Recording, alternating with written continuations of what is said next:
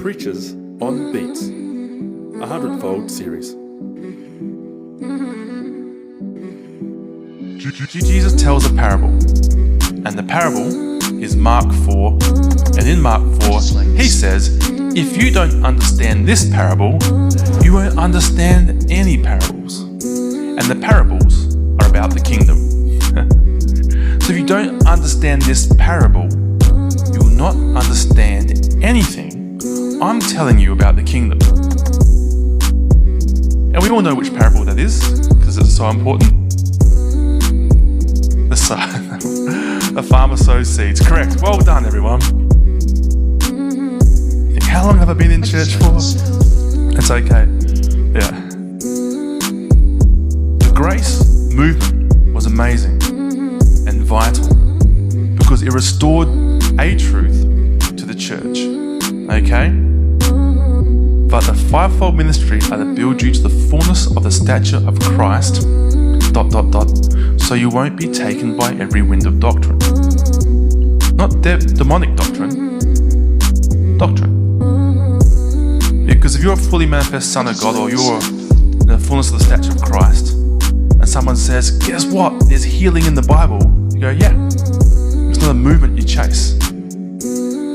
If you are walking in the maturity of Christ, you didn't earn it. You know it was a gift. And when people bring this grace revelation, you say, yes, that's fantastic. But you're not taken by it. You're not defined by it. Yep. Movements are for the church as God restores the church. But you don't have to wait 2,000 years. Okay? There's many people that walked in the fullness already, way beyond what we are doing as a church. There's always been a record of immortal, fully manifest sons of God on earth. Someone's always kept that going. It's never left. There's lots of very old people on the earth. Very old. So, and the grace gospel, the grace restoration brought a very much law versus grace truth in and really defined it very well. The problem is, the teachings of Paul are where this is all hewn out, and they said the new covenant starts in Acts, which means Jesus preached to the Jews, lived under the law, fulfilled the law, and preached to the Jews. And his preaching was about that. And so we've gone by the message of Paul, but we've left the message of Jesus. And during that whole grace time, you go back and it's Paul they use, not John, and not Jesus. Okay? Not the guys that live forever. Well, Paul chose. Paul made a choice.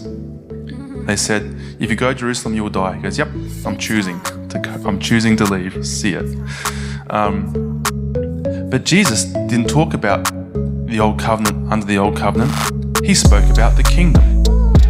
And the kingdom existed before the earth. It exists in the new earth, whatever that is. And there's something after the something after the something.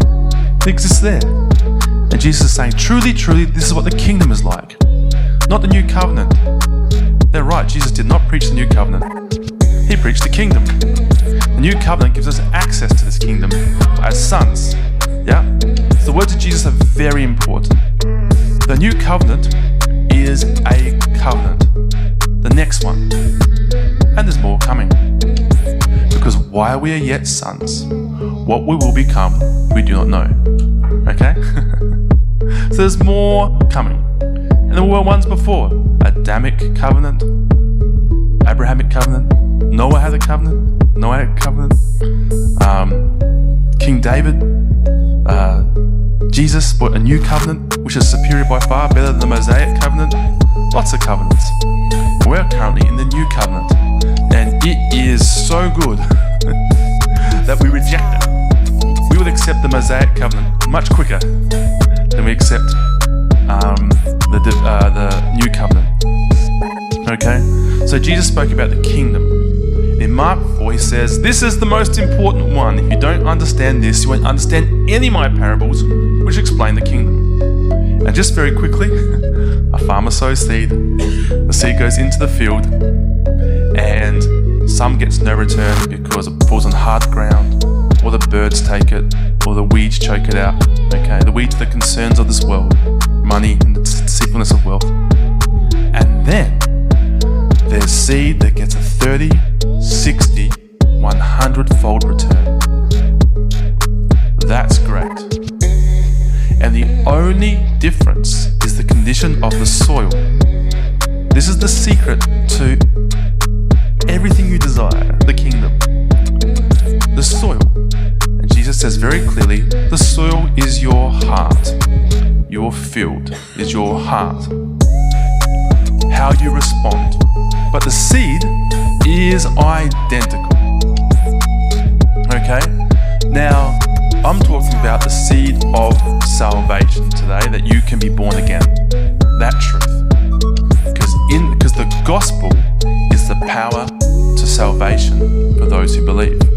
The good news is the power. That's it. Salvation is removal of sin and death and all its effects from your body, soul, and spirit. So it's the big one. So Paul said, I restrain myself to Christ crucified. And he was taught by Gamaliel.